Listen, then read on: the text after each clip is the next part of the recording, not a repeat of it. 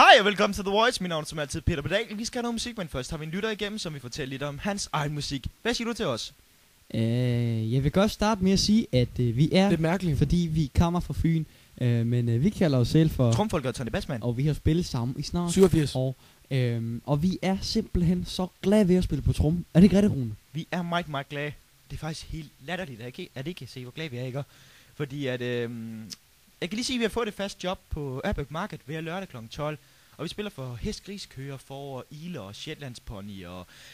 Emil, var det før det ikke også sidste uge, der var en myresluger? Jo, der var en gammel myrsluger. Ja, men han var ikke meget værd. Han har godt hørt en ski.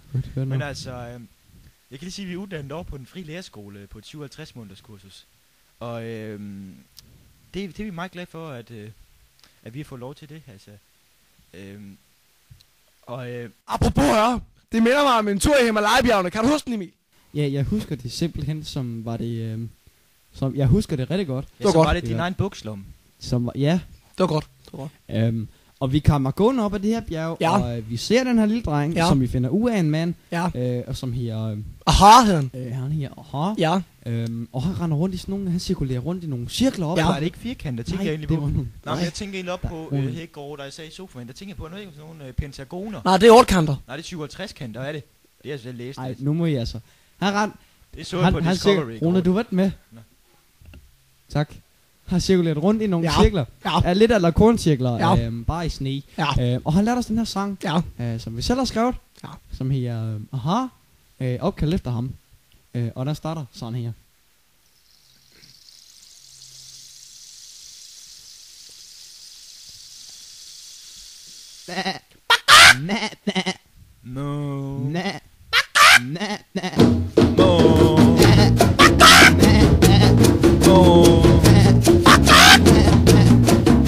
Der boede en bonde oppe på et bjerg. Der havde han sig et skjult erhverv. Han boede alene med køer og får. Og fik sig der af et mavesår.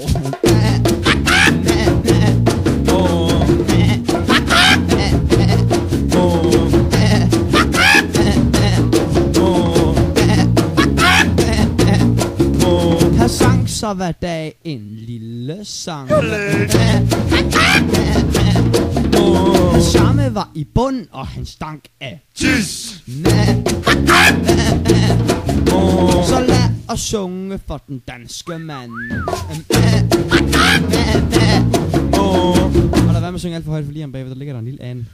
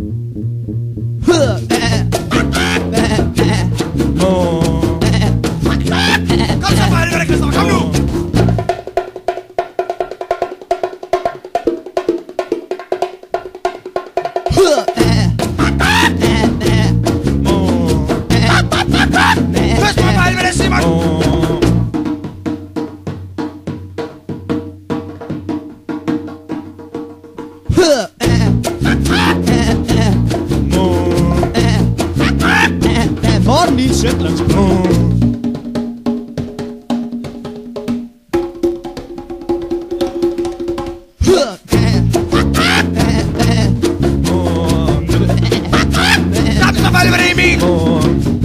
Er vi allerede færdige? Nej.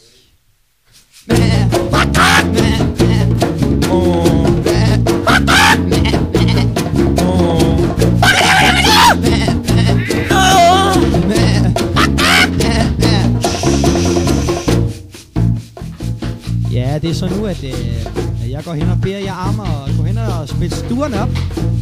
For ude i stuerne, ude i ugestuerne, der skal I dele op i 3. Jeg skal have den første del, der skal sige noget så der sådan noget sådan, altså sådan lidt eller en får. Så skal vi have nogen, der skal sige lidt som en kylling. De skal sige noget i retningen af og så skal vi have noget kåldyr også, og det siger noget i retningen af Og nu håber jeg snart, I har fundet ud af, hvem der skal sige hvilke lyge. Fordi at lige om lidt, der tæller jeg til 4, og så går vi bare helt amok alle sammen. Er vi klar?